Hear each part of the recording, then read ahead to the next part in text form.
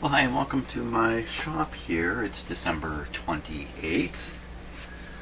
Believe it or not, a little bit of rain's going to fall outside today, and then we're back to more snow. That's great. Yesterday I had a interesting for me, anyway, I hope it was interesting for you, look at this coil with its hidden secret capacitor, and I had a look at this weird, what I can only imagine is a variable resistor. I focused the whole video on those two things. And one of you, maybe it's you, Mark, is that you right now watching this video? Mark, you sent me some real interesting information on this. Really helpful. We're going to go over it. I'm going to put your email right on the screen here, Mark, for everybody to read, because you revealed what this is, and it's an eye-opener about this whole radio, and it's really helpful to know the story. So I'm going to flip over to your email now. Well, it's only your email if you are Mark. If you're somebody else, here is Mark's email. Let's just read it. It's worth just reading here.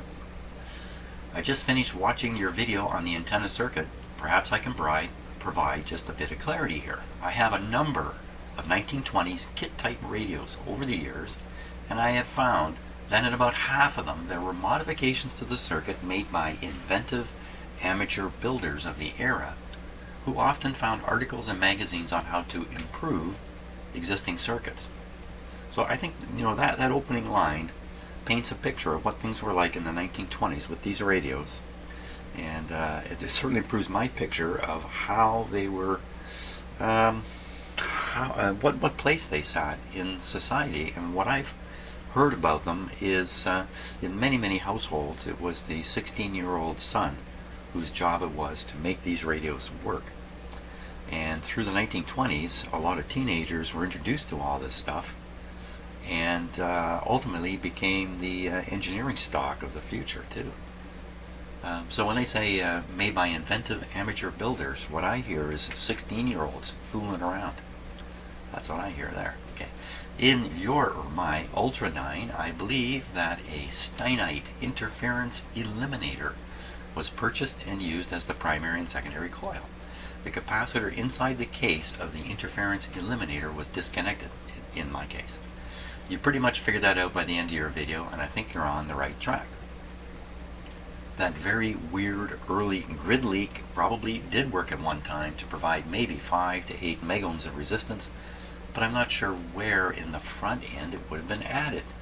Usually they were used on the grid of the detector tube along with a small capacitor in parallel the grid leak. I've attached an advertisement for the Steinite unit from December 1926 Radio News and a couple of my photos of my unit.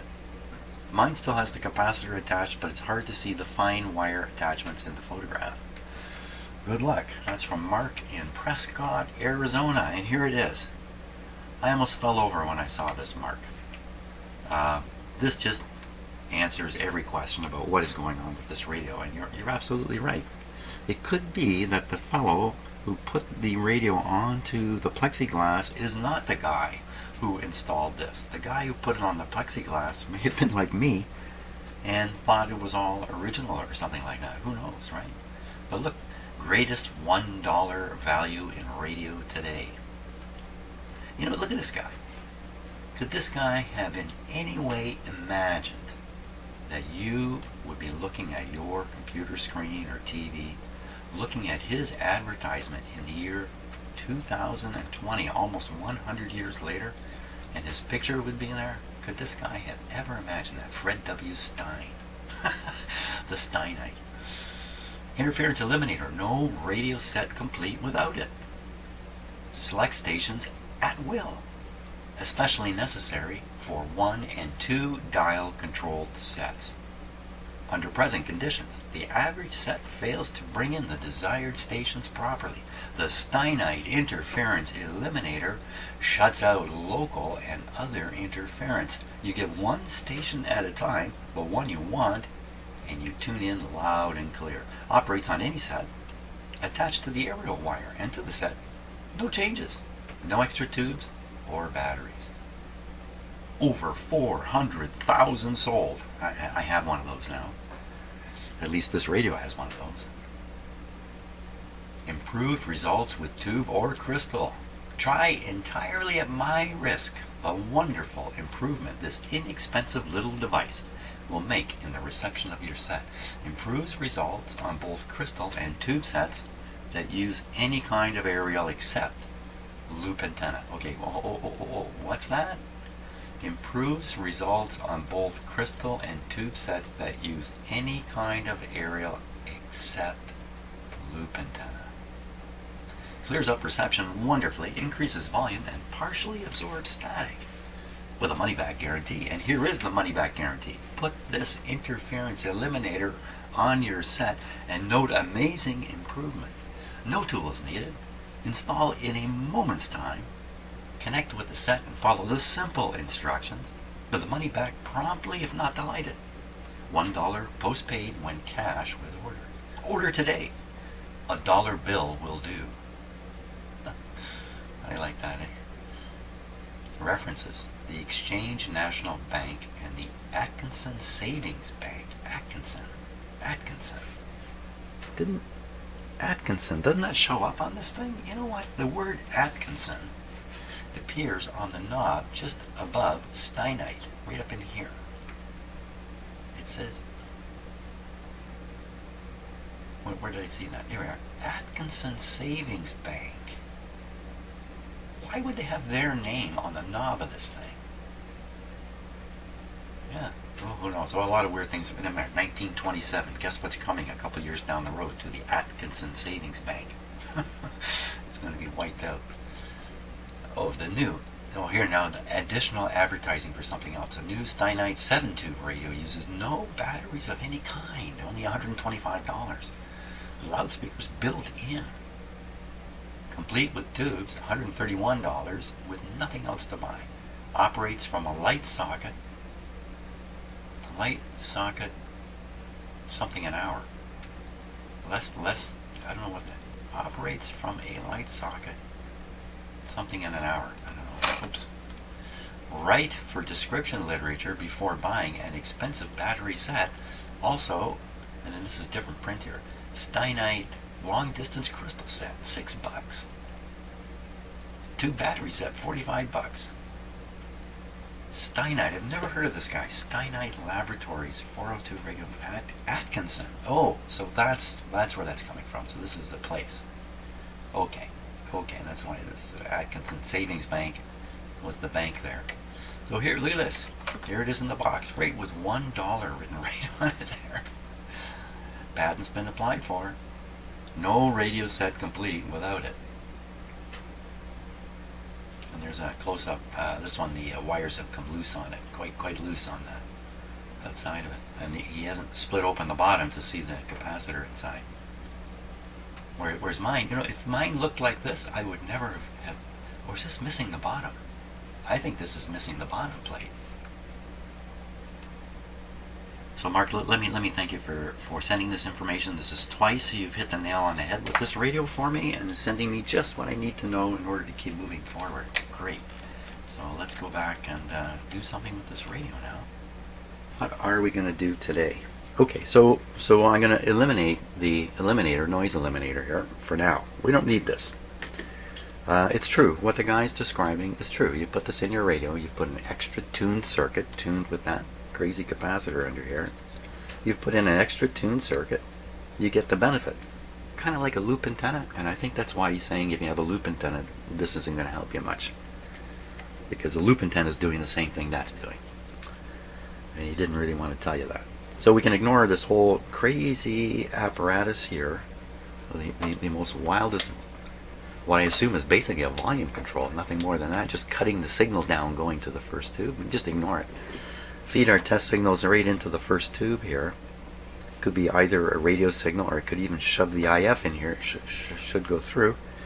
Still don't really know for sure what the IF frequency is. I'm still unconvinced. Last time I operated the radio, it appeared to me like it was working. Well, nearly. Certainly was producing a local oscillator frequency. It's a miracle, almost a miracle to me that this thing works at all. And one of the things I said I was going to do was tighten all the connections, and I certainly haven't. So I'm going to stop now, tighten the connections, operate this radio with better brain cell connections in my head, and see what happens. So just in thinking about things here and getting ready to try to operate the radio again, I think there's still two more things I have to sort out and get some kind of understanding about, and that's this variable resistor down here, very high wattage resistor, and this control here that's labeled volume control on the front, which is a potentiometer, but it's also a wire wound guy. Now I'm going to guess that back at this time, to make a variable resistor of the sort that we're used to today, you end up with a contraption like this thing. So there is no variable resistors other than wire wound ones. That's what I think. And so you couldn't make this a very high resistance because the wire would become so fine. I think the whole thing would become pretty ridiculous. This is not fine wire down here though. So a lot of these radios have a control for setting the heater voltage and current, and sometimes that control is actually the volume control. You're actually changing the current flow in the heaters, changing the temperature of the heaters, and changing the output of the radio and therefore the volume. I don't think that's quite the case with this one. This is the guy who's labeled volume here.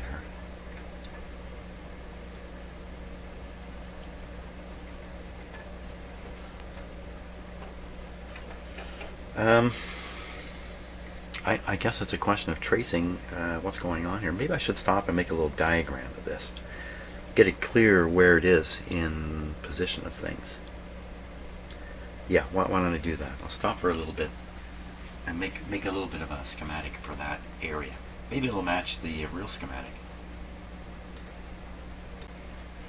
Okay, let's see if I've got this right. I'm just going to double check my diagram. So we're going to start with looking at, and it's a little hard in the camera here, I'm sure. Two lines or two wires running right along here. The whole length of the two heater lines. You can see there's a heater wire coming up from the lower one here, the upper one here, the lower one here, upper one here, and so on all the way through. Two heater lines. If we follow, you'll see from the upper heater line there's a wire. Oh, you know what? I've made a mistake. I already realized I've made a mistake in my diagram. Okay, that's why I'm doing this. So coming up from the heater line. Yeah, so I've got this. Well, maybe it doesn't really matter, but I've drawn this from the heater line here up to the slider, but in fact it goes to the fixed end, and the slider carries on. But what does that matter? That doesn't matter. So we have the variable resistor here coming on. Now the other side. Oh, I think I see why I got a little bit confused here. There's a solder joint right down in here, and just from the angles you can't see the second wire. So okay, so I didn't. Wow, I really booped this up. So we're coming off of this terminal, and one line is heading over to the heater. No, it's not. The other one. Oh my gosh, this is really much more complicated than I thought. Okay, so I have a line coming from the heater, right. On the other side of the resistor, I have a line going two places. One is back from here, back to this hidden lower wire. Oh my gosh, hidden. Goes over to the far terminal, just like I showed it. Okay, that's good. That's good.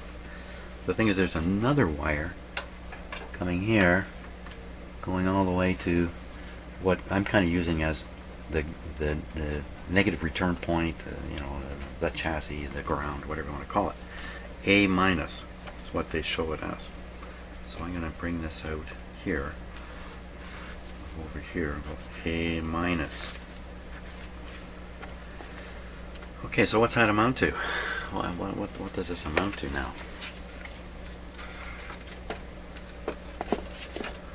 What do we got here? So it looks like this is some kind of current or voltage control on this line going to the secondary side. So the secondary side of these would, does this go to a grid of the next tube? I think so. I think so. So that would mean this is a bias control, and you're simply elevating the grid bias on these tubes.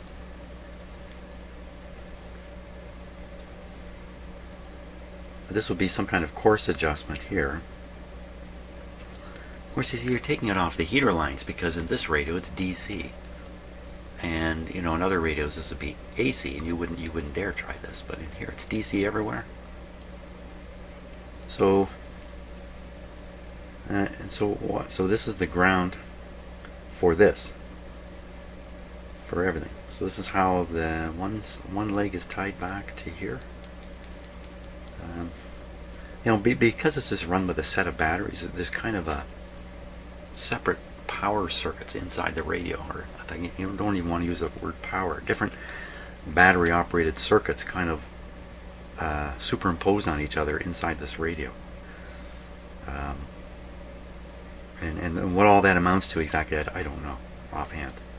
For instance, if there's a C voltage, which is a bias voltage, well, there is one, but if there's a C battery, you could put the C battery in this way or that way, and it makes a difference in these radios. And why am I saying that? Because I have nothing useful to say, and babble is coming out of my mouth. Well, if that's what this is, then I have to make absolutely sure that this line. Wait a minute. You know what? This doesn't make sense, does it? Because this isn't. If this is ground, then this isn't a supply. This is grounding out this line. What?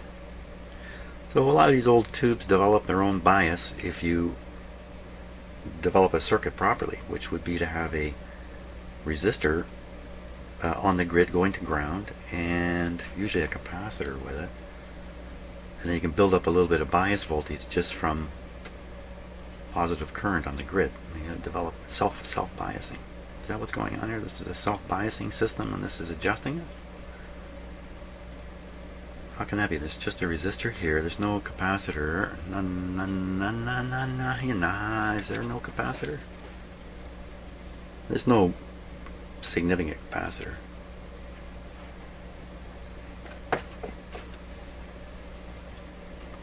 Well, I guess we can do some tests. Hey, we can put a voltmeter on here.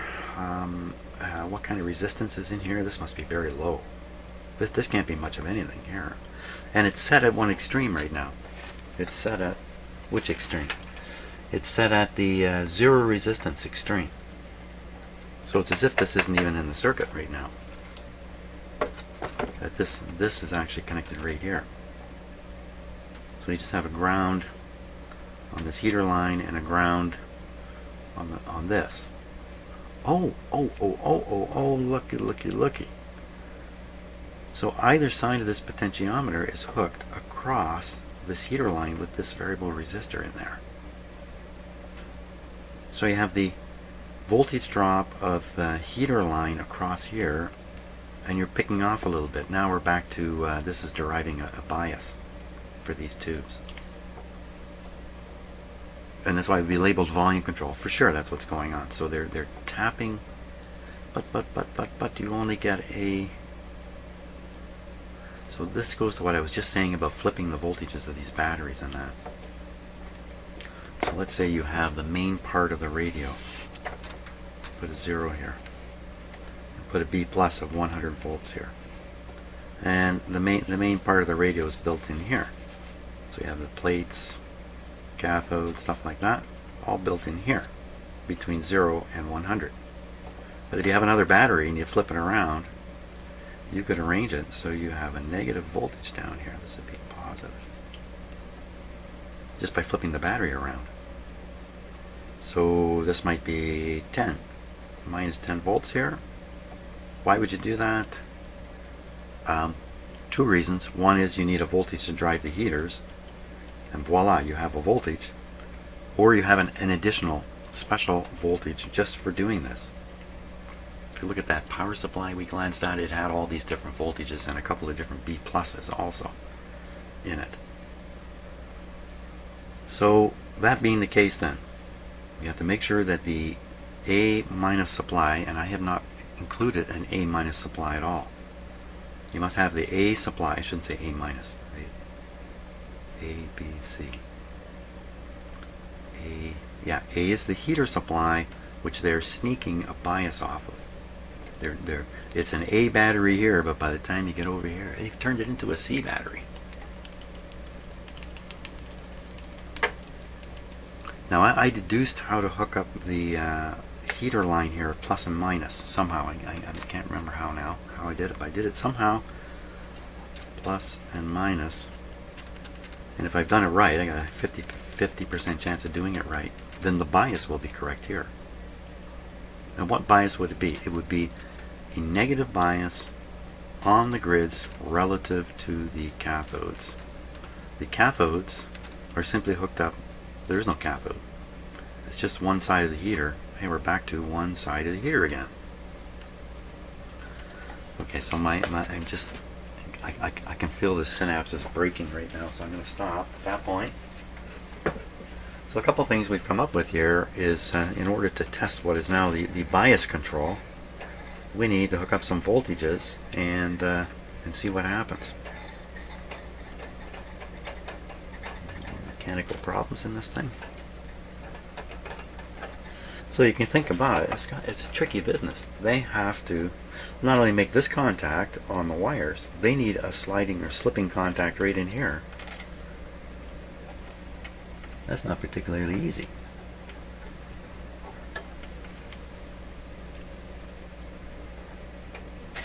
Now we should look now in the radio schematic and see what the schematic tells us about this control.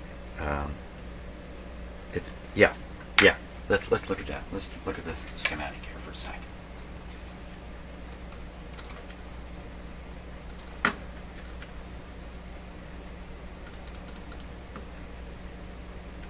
Okay, so here is a potentiometer, and it's connected basically this side and this side connected across the heaters. I have a capacitor sitting here.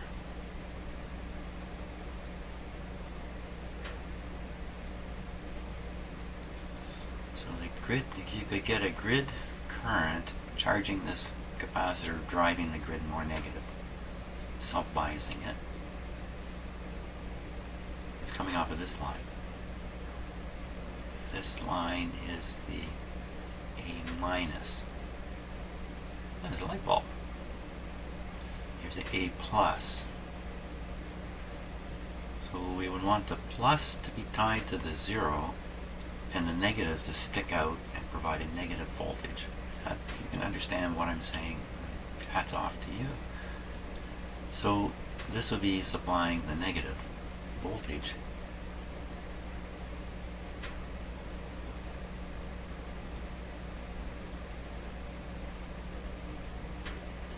Shows it's only going to one tube. Now, how's it getting there? It goes through the secondary winding to the grid, which is how this one would work. That one lead goes over to the one side of the secondary, 3 of the 4, not all 4, just 3 of the 4. Can we even see that on here?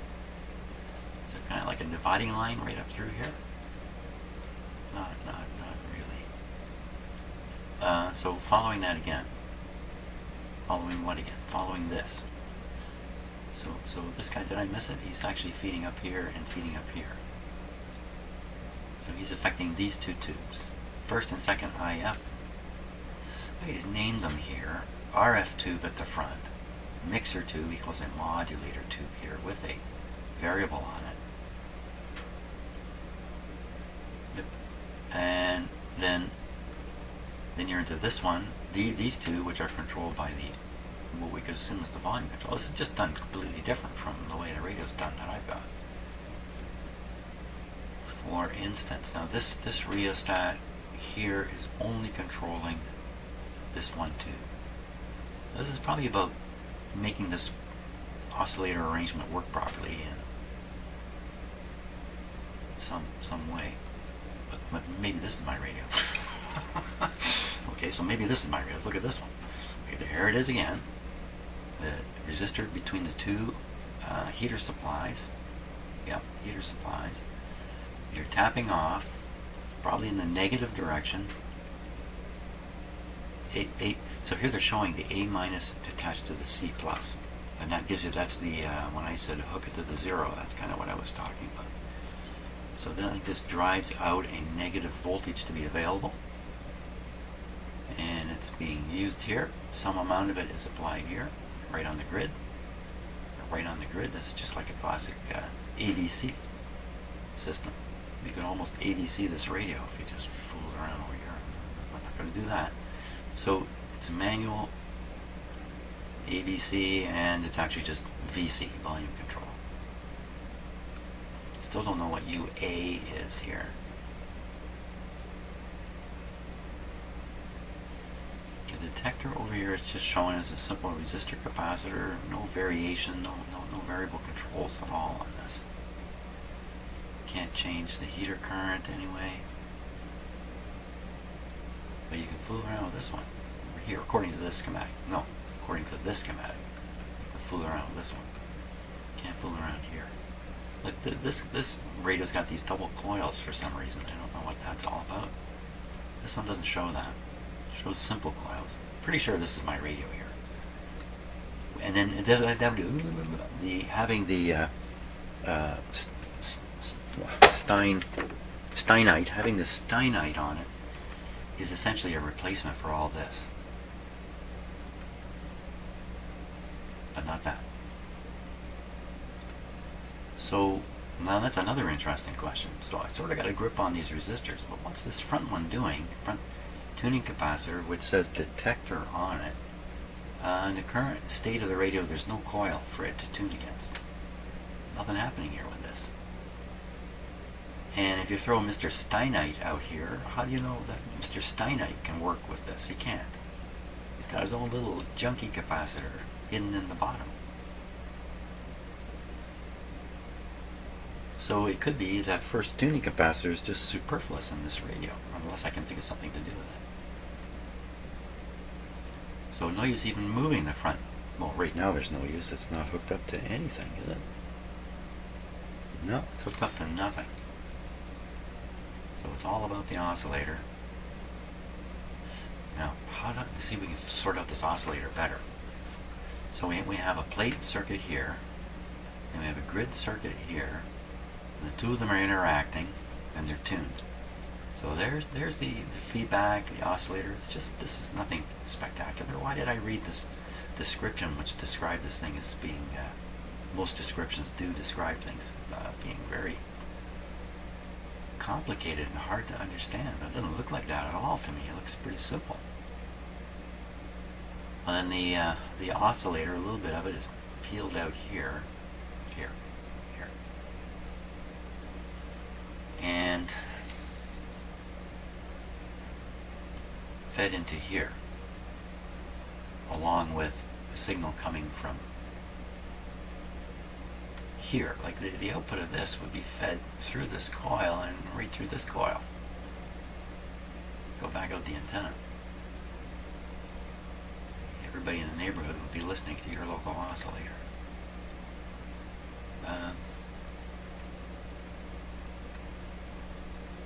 So what's missing in this radio is the mixer tube.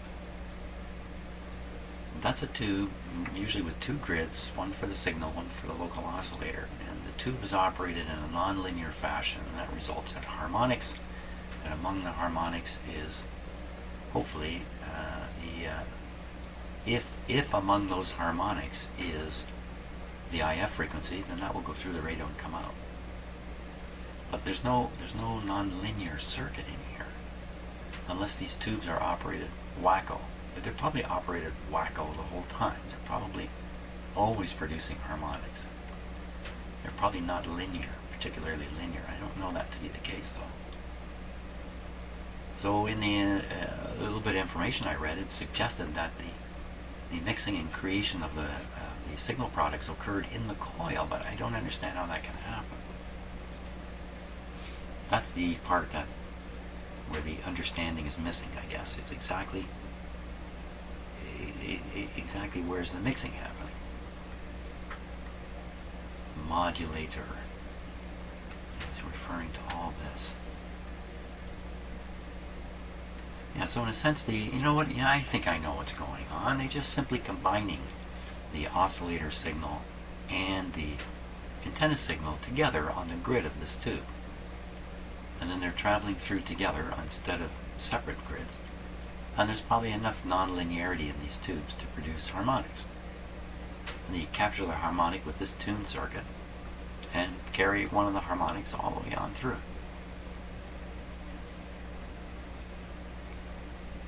This being a frequency I'm not sure of yet. It could be 75, it could be 170, 180, it could be 100. I got indications of all kinds of frequencies operating through here. Okay, I think I'm really getting a grip on this radio now. So the mystery is beginning to disappear. I'm going to get in command of things, which is what I'm trying to do here. Get in command. Okay. This is really okay. Back to my bench. Well, oh, I see shadows still here. Usually likes the sound of my voice or something like that. Next step now, I think, that, there's a bunch of technical things that why don't I just try to operate this radio at this point? Do my best, given what I know now, because I have new synaptic connections to apply. I'll try to hook this guy up and see if it won't receive something. Yeah, why not? What do you say, Shadow? Shadow, what do you say? She never has much to say. It's my other cat is the talker, not this one. Okay, I'm going to stop for a bit and clear my head and get ready for an attempt to operate this radio. Okay, I think I'm ready. So let's just go through everything here, double check it all, make sure that the instruments hooked up the way I think I do and all that kind of stuff. So we'll start with B plus coming down from here. Down here, tied into the 45 volt B plus line here. The voltmeter to monitor it. Here, this voltmeter is set to 50 volts full scale, so proper B plus will put this meter over full scale. Now the next thing we have coming in here, we have a signal coming from the signal generator here, coming along here, coming into the front of the radio, coming into the grid of the first tube, through a small resistor and capacitor just for fun. Put this in there. And the ground from the signal generator is tied back to the cathode connection, which is a heater connection. This is problematic what I've done here, but we'll see what happens. This may just deliver a big hum into the grid of this tube. No, there's no hum. There's no hum. It's all DC, DC, DC.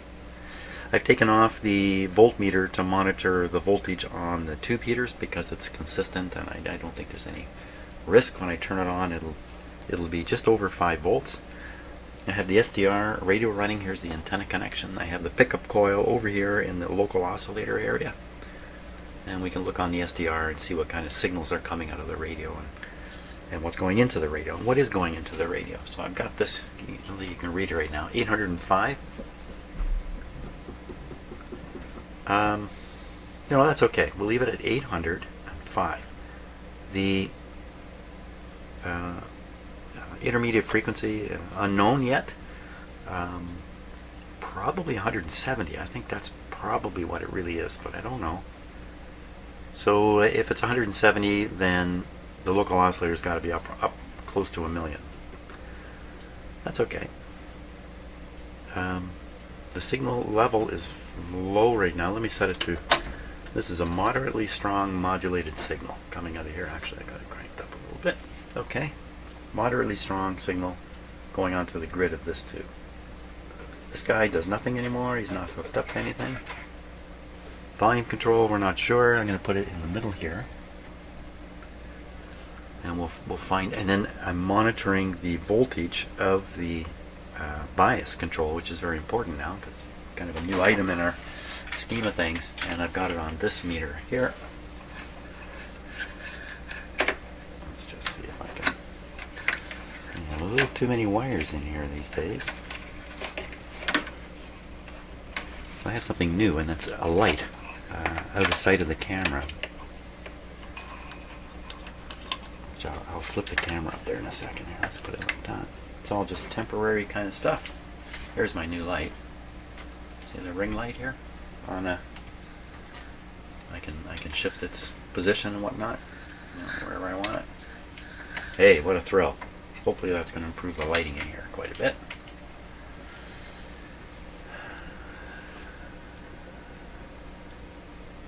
Oh, and the last thing, I have a signal tracer here, set to audio. Volume's there, and that's listening to what comes out of the final tube after the detector. Should be audio. It's picking it off here and in.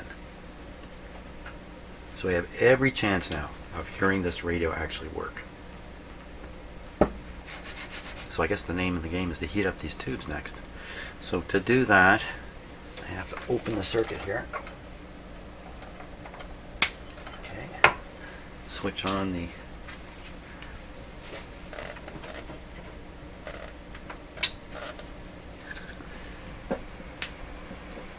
okay.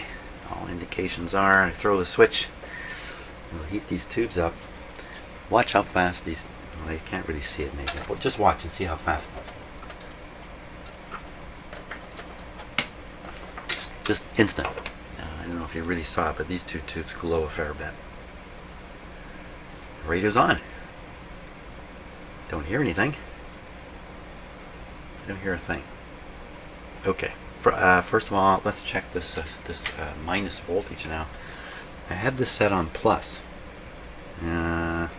This is suggesting that there's a positive voltage being delivered to the grid of these tubes. I'm going to change the control here.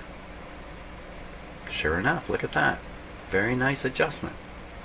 So that's going to go all the way from 5 volts down to 0, but my impression is it's putting a positive voltage on the grids. So if that's the case, let's reduce it. Oh, look at that. We can get a negative one. Really?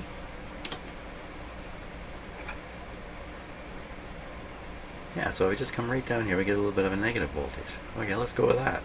I'm not sure why that is, but there it is. This is a tiny, oh, this is on the 15, so that's a 1.5 volt scale, it's over a volt. We got something, some kind of bias on these tubes. Some kind of bias on the first 3 tubes. Anyway, what's going on here and here is something different. I'm still not hearing a thing. So how could we change that? I'll turn up the level on my tracer. So that's the hum of the tracer. Oh, feedback. Feedback. Feedback through these tubes.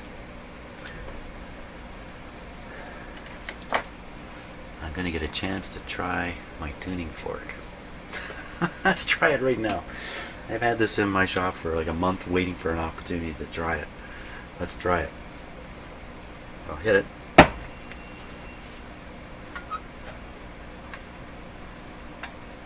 Yeah, I don't know.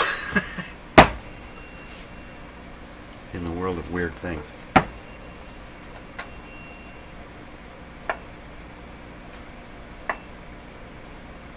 don't think I'm hearing anything. Okay, we'll leave that test aside for now. We should look on the SDR and make sure the local oscillator is oscillating. That would be a good idea. Let's do that. Okay, I'm going to turn the oscillator control and we'll see what moves on the screen here, if anything. Oh my, oh, it's way up there. oh no, you know what? This is not behaving. I see no oscillator in here. What has happened? The last time so it's doing that tuning thing. See up at the far right of the screen now. You see how the peaks are kind of going up and down? I'm turning the control back and forth. But that's not an oscillator. That's a tuned response doing that. What happened to we had this nice double oscillator thing happening here. Okay, so oscillator control roughly in the middle. I'll change the bias and see if that doesn't kick something in. So I'm watching for an additional signal. Oh. So that's from turning the bias control. And what exactly is happening here? So we're on the positive side of the bias control. It's just a dramatic change in the grid voltage that's causing that static.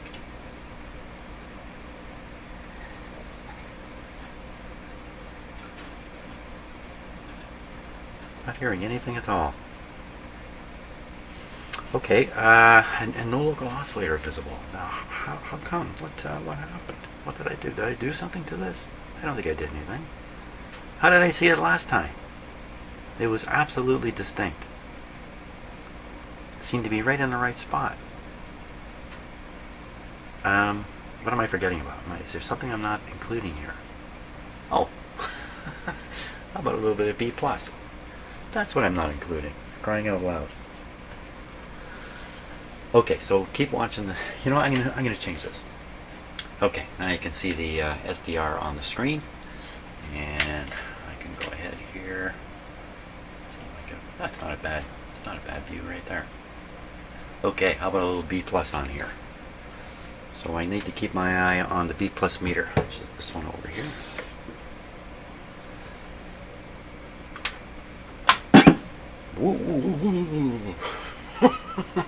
That came out of the signal tracer. So some oscillator starting up. Was that what that was?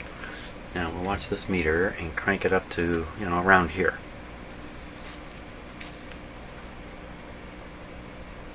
Okay. We now have B+ with a respectable amount of current flowing here. Plus, yes, definitely. Still not hearing a thing.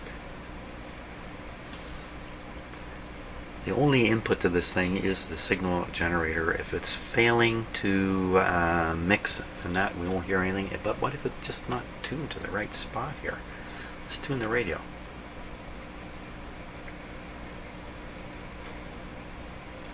Oh. Hey, I'm seeing. Whoa, where'd the oscillator come from? Was that on? I didn't even look. Was that on there the whole time? Of course it would be, because I've got the B+ on there. Now, lots of wild stuff going on. Now, there was two of them. So you see, as I turn this down, you see other signals going down. You see some signals racing upwards and other things going on. A lot of this is overdriving my very cheap SDR, I'm pretty sure. The thing we're really interested in is the one that's rated 900 right now. The one up at 1800 is just this radio, unfortunately, is oscillating at these two frequencies because they're harmonics of each other. Probably find this frequency going way up. So 30. A little excited there. Everything okay? Did it get better? They get better. Seem to strengthen the our local oscillator. Oh, what was that? So, okay, everything's here now. Why aren't we hearing it? So I'm going to put the local oscillator at 100 or 1 megahertz. I'm going to jack up the signal strength here. I'm going to dial this guy around. We should hear it. We should hear it.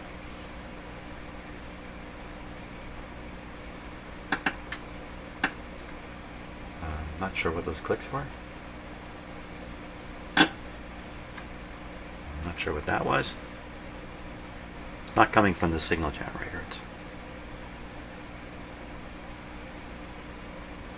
It's as high as I can go there. We're at Yeah, I gotta go a lot higher with this. Now, what's that staticky sound? That's not a pleasant sound. It sounds like a breakdown. Some heterodyning starting.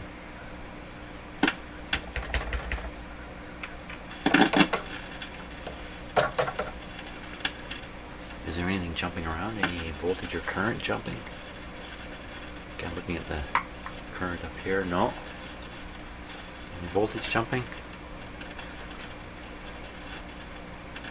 No. Could even be a loose heater connection? No. Be up here. Oh, that might be it right there.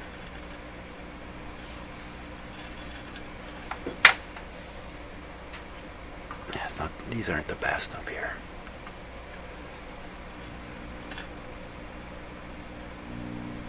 Okay, we gotta make this guy work. Now, bring down the local oscillator. Never mind the noise. Listen. Hear that? That could be it.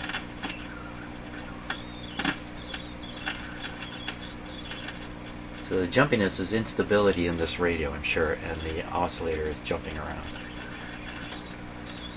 Change this one and see if the heterodyne disappears. No. So we're not picking up this thing.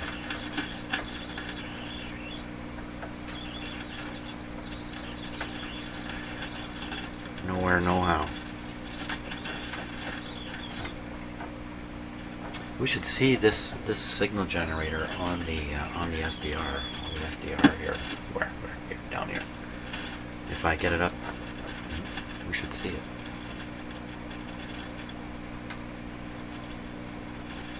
There's something.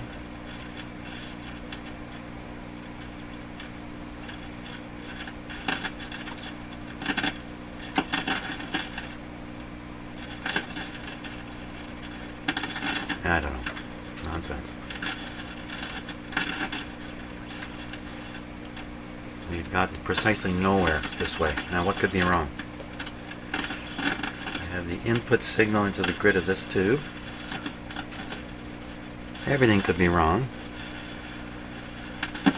We're trying to hear it over here.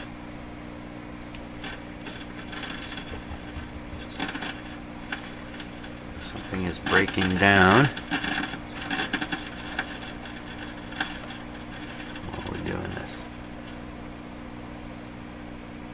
How come it got quiet there?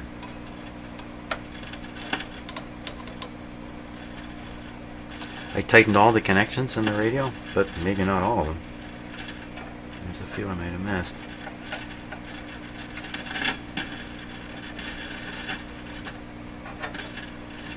It does sound like an electronic breakdown, though.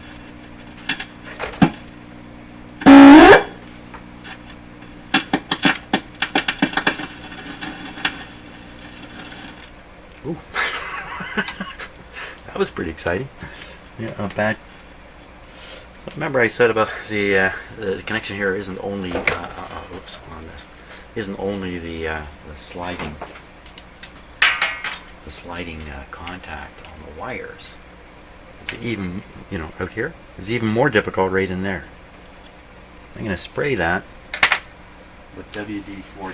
What? Yes. Yes.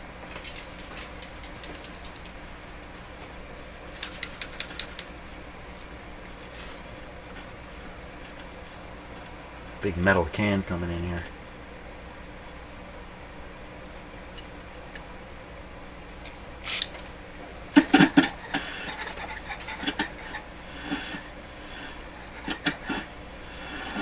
How do you like that? Sounds like a volume control now.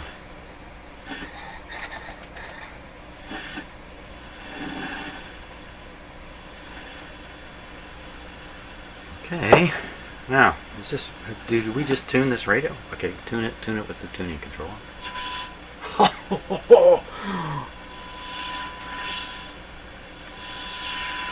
Tell me that's not a radio. Okay, what did we learn here? First, First, there's still some weird things going on. This does nothing. Right. This does everything. This does everything. The bias here is set positive right now. Ooh, now that was a negative bias of some sort.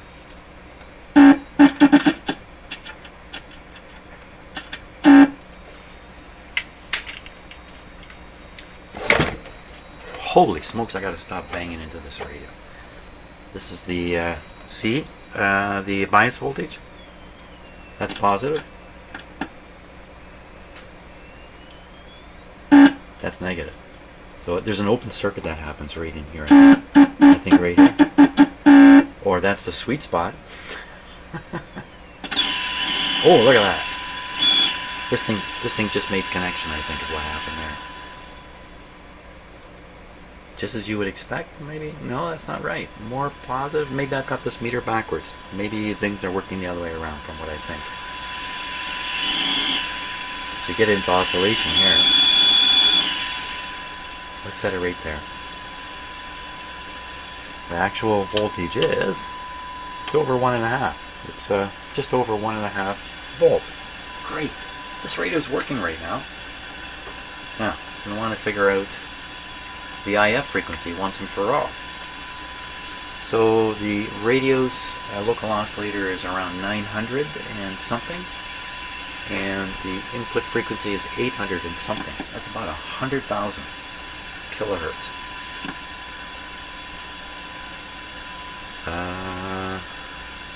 What should we try? I don't know, let's go down. Oh, pick it up again. So there could be all kinds of spurious junkage in here.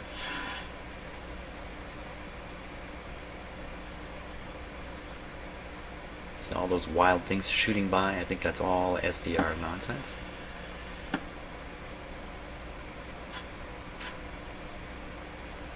So also there's a time delay between what we see on the SDR and what we're hearing. The SDR the picture is late.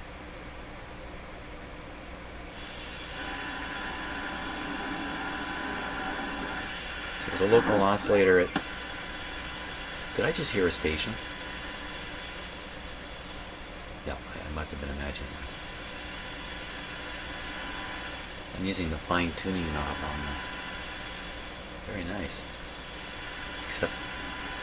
So we're getting 840 is the signal we're listening to, and we're listening to it at 1600. So... I think that...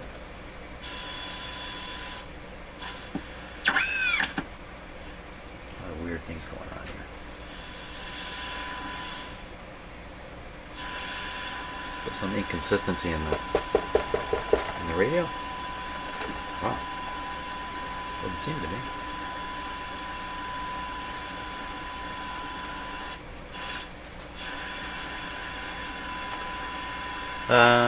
What do we do now? We take this. Let's try the high end. We'll go way up here. So apparently the radio would be tuned to about 1500 now. It should pick up 1500.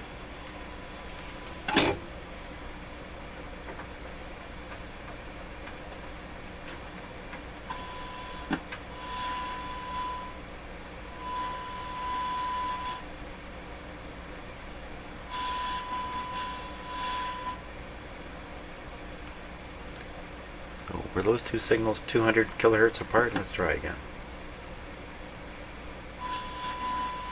1, 1500, and 20. One at 1675. This is really getting a weird kind of result for the IF. Now why can't we just look at the IF frequency directly? I move this coil away from the local oscillator. Down here where the signals are strongest, supposedly, in the IF, there's some signal radiating out there. I see some strange stuff. Let's see. Okay, I'll tune the radio a little bit. Still see the oscillator quite clearly.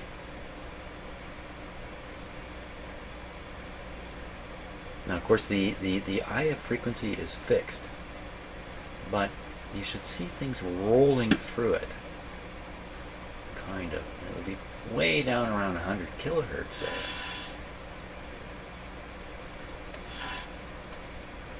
I don't see it at all. Oh, maybe I do. I know exactly what I'm looking for visually. You don't. I'm looking right around 100 kilohertz. Yeah, I'm not seeing what I'm looking for.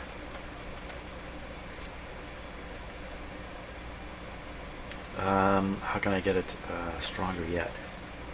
I'll go down to the next coil.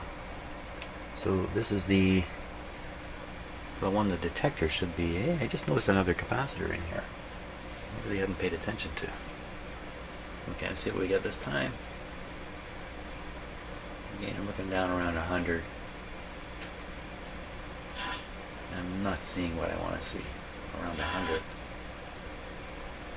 It's not 100, maybe. Yeah, it's amazing. I don't know the IF frequency at this point with certainty.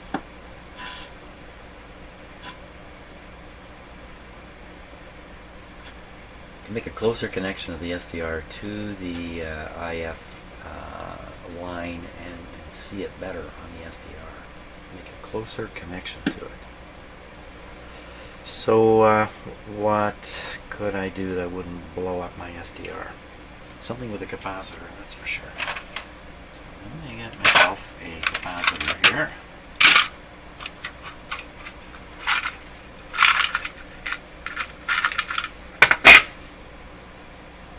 .001. And put this onto the where the IF frequency should be found, the output of any one of these transformers going into the grid of the next. So we're going to go right here. Yes, I'm going to do it live. Do it live, okay? Now we're going to take this. I'm just going to hook up the single wire to start with. No ground. Hot diggity dog, look at that. Yeah, make some sense of that. Now, that's because I don't have the ground wire connected. Now we'll tune. So now it looks like you can see the local oscillator frequency very clearly. And I'm looking down around. Yep, I saw it. There it is. Okay. Now, if you look around 75 kilohertz, which I'm, which is way down here. See that little blip? See that little blip just went by? I'm going to make more of those blips right around here. In fact, what I'm going to do, I'm going to expand it here quite a bit.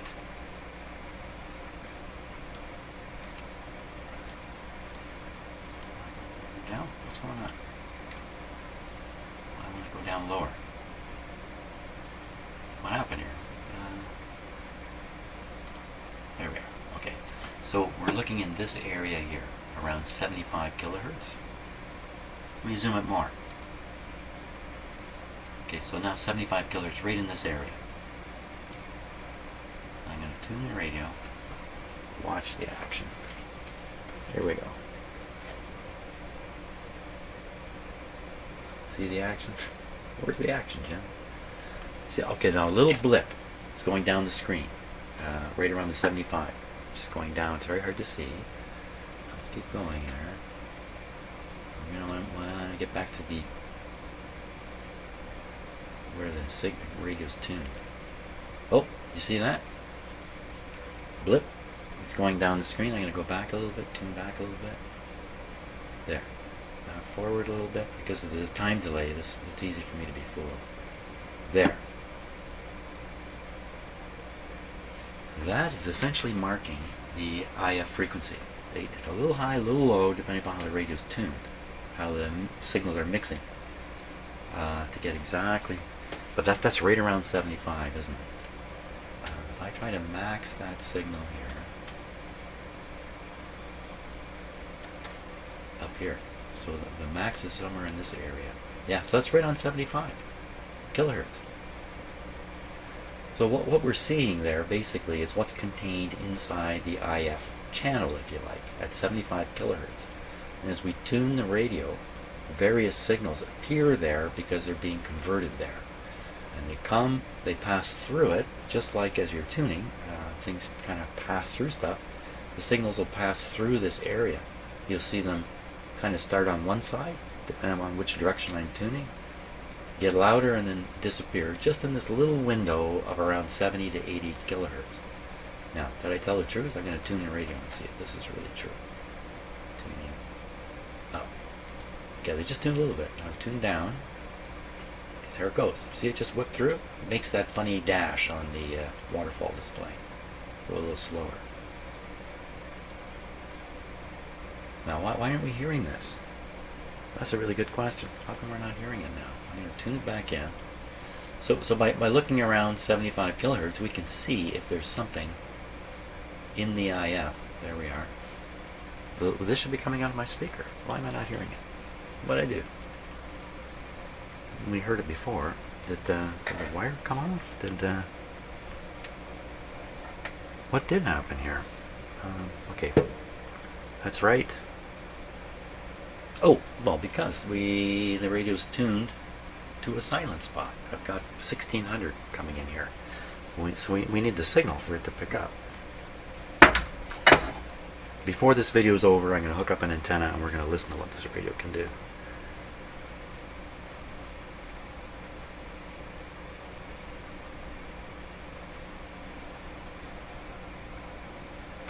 Where have I got them? So I don't know where the local oscillator. It didn't come through. Below 900.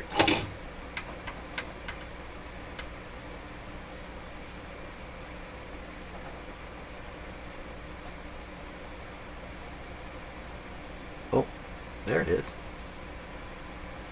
There, we heard it. So again, you're seeing the signals being converted into the IF frequency by the local oscillator and the mixer action somewhere in the radio we don't understand fully. There we are, right on 75. You know what I could do now is I could peak this signal up by adjusting the IF transformers. Let's do that. Let's do that. Get the most out of it. As soon as I find a... let's try this.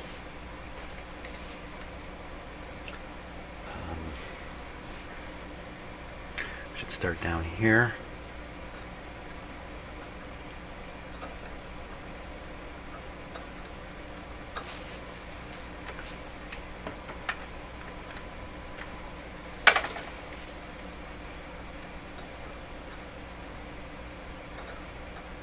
Okay, we're in.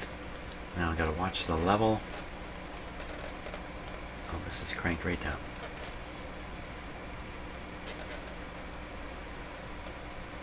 Listening it up. Oh, wow. Yeah, you kind of need a meter for this thing. Why are we not hearing it again?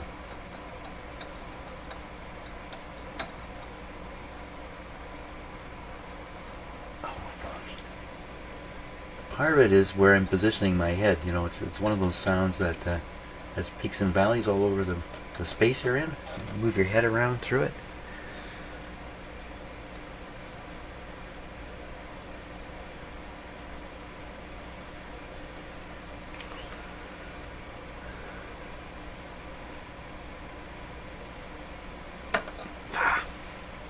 Doesn't seem to make much difference, does it? My original fooling around, these things didn't make much difference. Something happened there. What was that? A lot of microphonic tubes.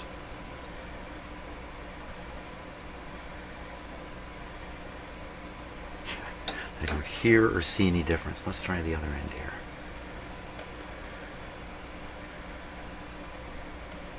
Well, there's a difference. Why so quiet?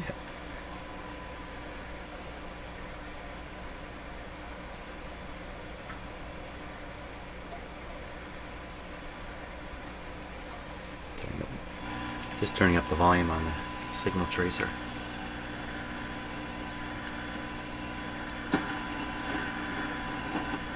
Weird stuff going on.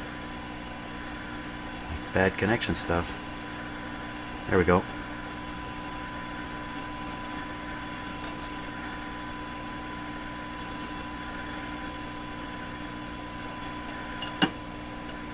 Didn't seem to make much difference at all.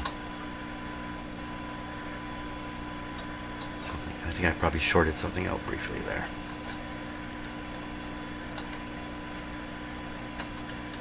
Oh man.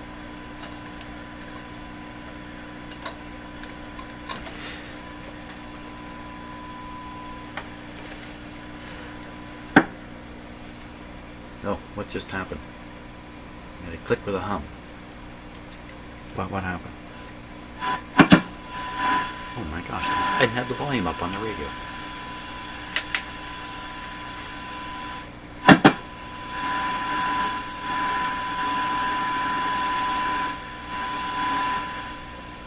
Well, it's changing the strength of the local oscillator. Should that be surprising? Maybe not. Let's see, volume control was controlling the bias on all these tubes. Probably, this is the oscillator, probably including this one. Not sure of that.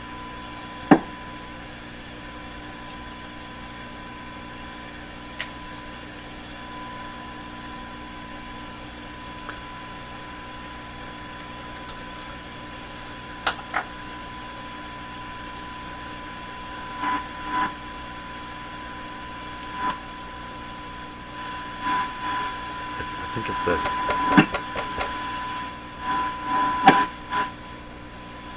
Let's try picking up some stations. Okay, to do that, quell this guy. Disconnect here and here. Bring on the antenna.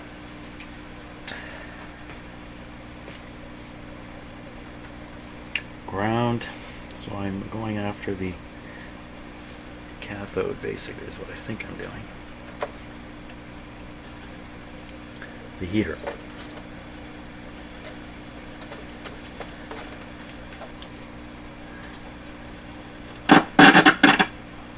And onto here, not there, here.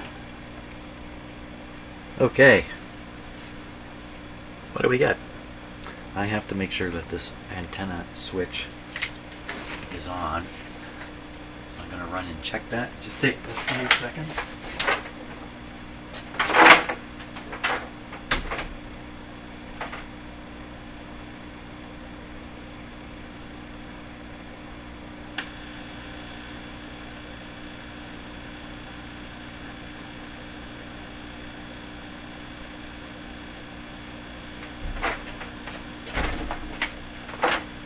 Hey, that sounds a little louder. I think the skip is up.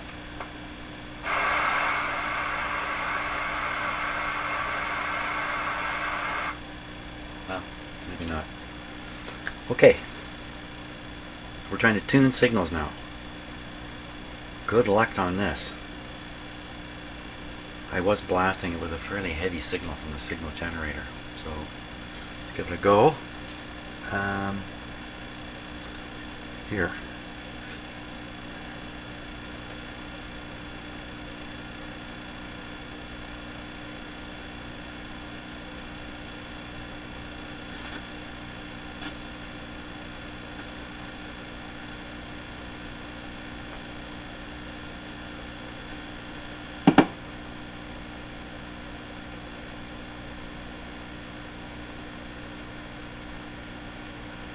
Seems pretty quiet to me.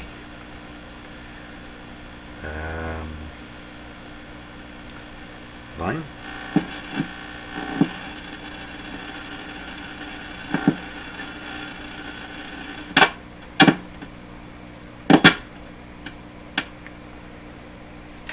You can watch the meter here.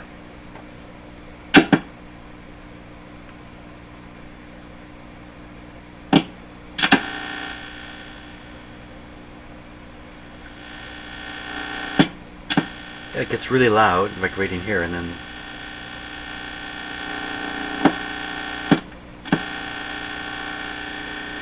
is that just a little dirty spot on the thing here?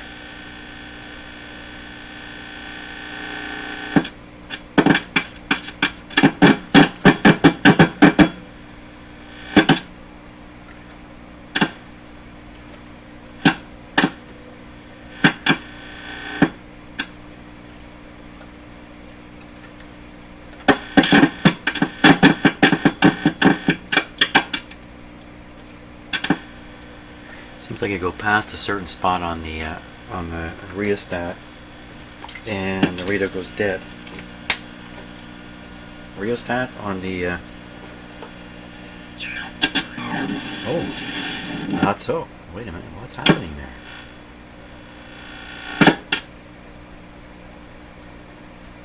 So when I'm doing this, it's still moving the voltmeter up and down as if it's making proper contact. Yet something really changes right there. You know what that is? That's a break in the wire.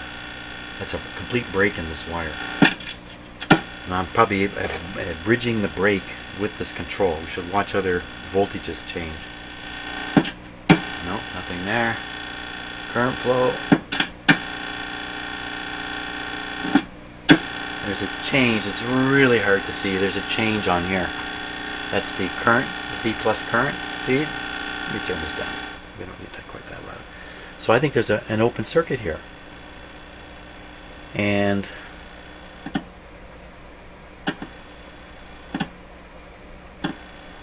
so there's a higher current drawn by the radio here than here by just fractions of a milliamp. Actually, maybe 1 or 2 milliamps. It's about 15 here and like 13 there. We're completely changing the wiring. If there's a break in here, we're completely changing the wiring of this radio past that break.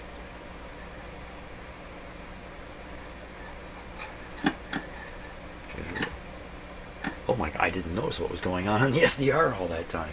So we get down here, and she's an oscillator monster. No. It's just all kinds of wild oscillations in this radio at this point. So we certainly don't want it down there. On the other side of the break, we then have a functioning radio, except we can't turn it up as high as we'd like to, volume-wise.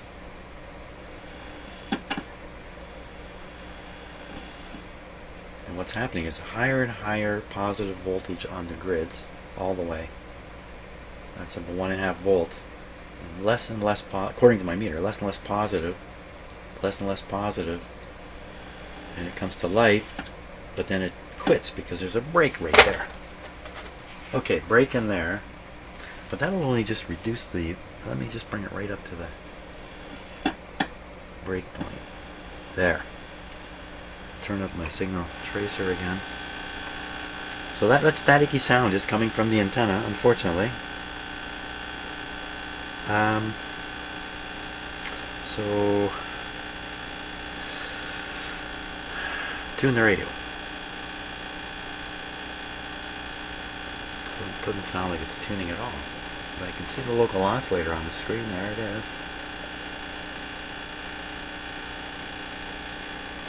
She doesn't want to tune it at all, but let's give it a fake radio station here. I'd love to hear this thing pick something up from an antenna, even if I fudge the whole thing. Okay, I'll take this loop. I'm going to feed the signal generator into this loop. That's going to put lots of RF in the air here and there. There we go. And what do we think we're tuned to? We think we don't know. So we're going to give up on looking at the expanded view here. And I'm going to change the connection here. Isn't that better? Okay. Lots of questions answered just now. Take this off here.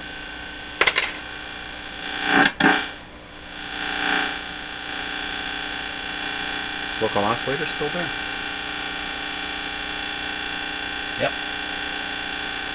feeding in 680 volts.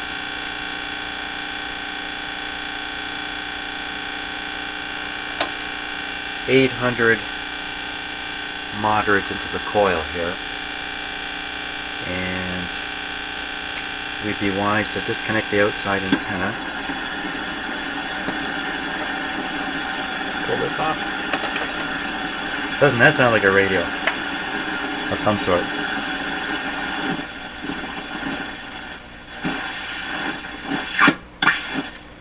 More like a radio all the time.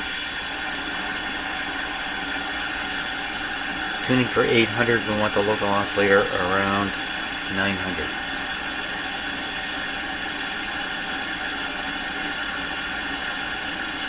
Lost sight of the local oscillator because I took the thing off. Da da da da da da. Da da da da da. Let's put this back this way. So this shouldn't affect the radio very much at all.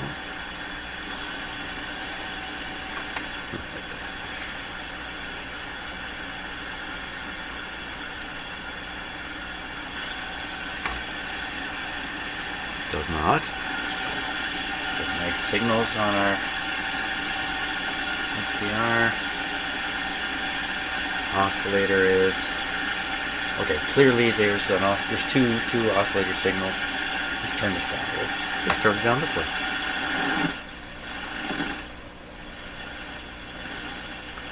Okay. Come on, baby. You're all set to work now. Local oscillator, we want it up to, so we got 800, we want the local oscillator at 900. Let's go, 900.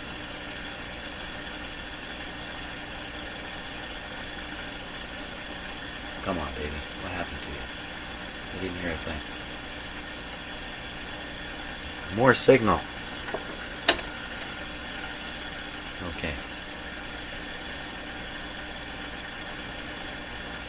Come on, baby, we heard you before.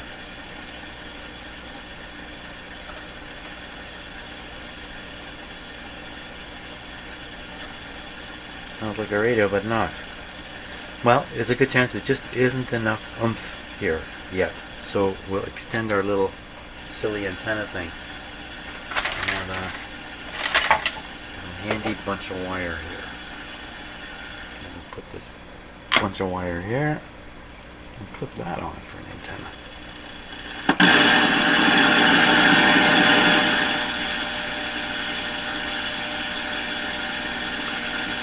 Trying to tune in 800.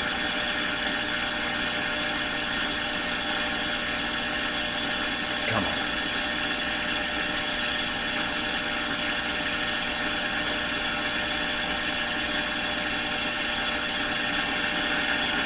Okay. Volume down. Still not enough signal from the signal generator making it in there. That's my deduction.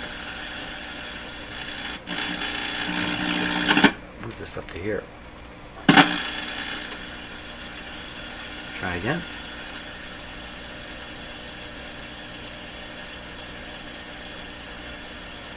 Just nothing.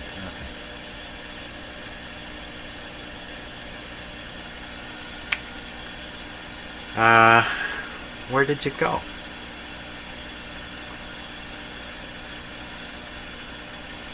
B plus still there.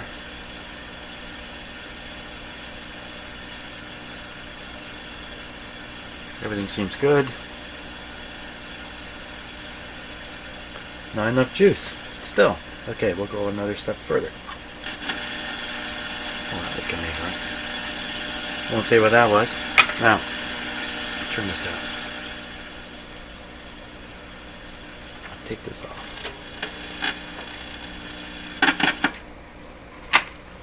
Certainly does sound like a radio, doesn't it? Certainly does.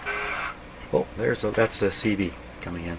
Okay, we're gonna hook up just the red line to start,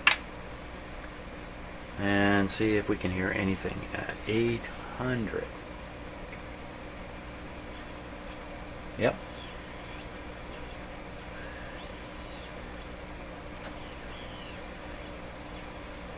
But you can see how much signal we need.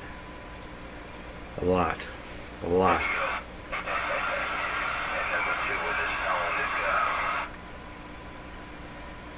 Okay, thank you for that. Got an extremely insensitive radio here that's able to tune using a variable local oscillator. It's just extremely insensitive. We put the magic Steinmite.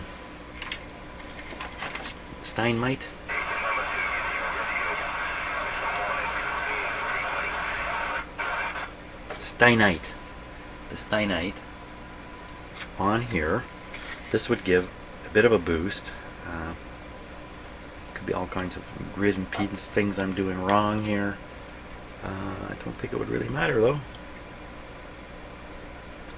I never did connect the ground, so if I connect the ground here, I think we're going to get a huge increase in signal strength. So actually, without the ground connect, it doesn't make a lot of sense to the radio. What's going on? Put the ground on. That made no difference. Okay, let's not put it there. Let's put this ground connection. Ooh, danger. Danger. I put this ground connection on the heater. I may be putting it on the live side of the heater for my power supply up yonder. I don't think I want to do that.